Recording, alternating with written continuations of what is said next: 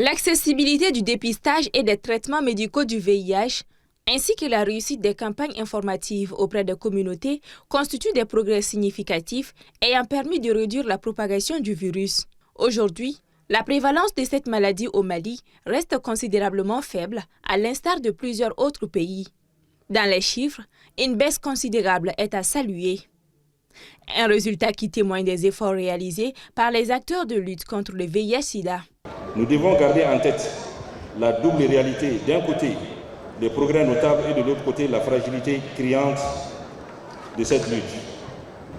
Nous dénombrons environ 62% des femmes adultes qui sont séropositives.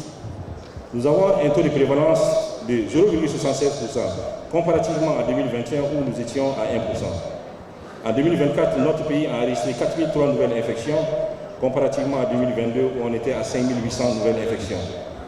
Ces chiffres, mesdames et messieurs, traduisent à la fois les efforts accomplis et les limites à surmonter.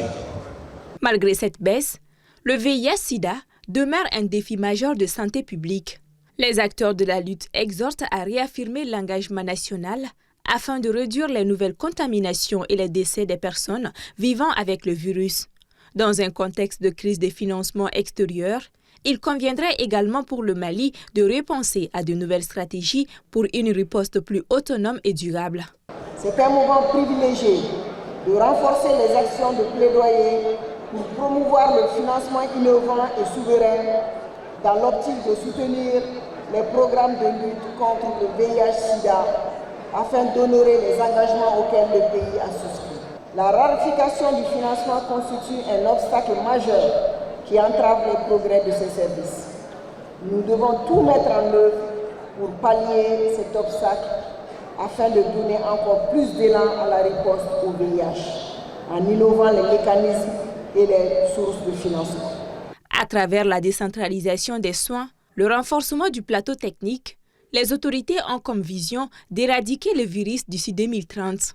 De leur côté, les populations sont invitées à se faire dépister pour plus de prévention.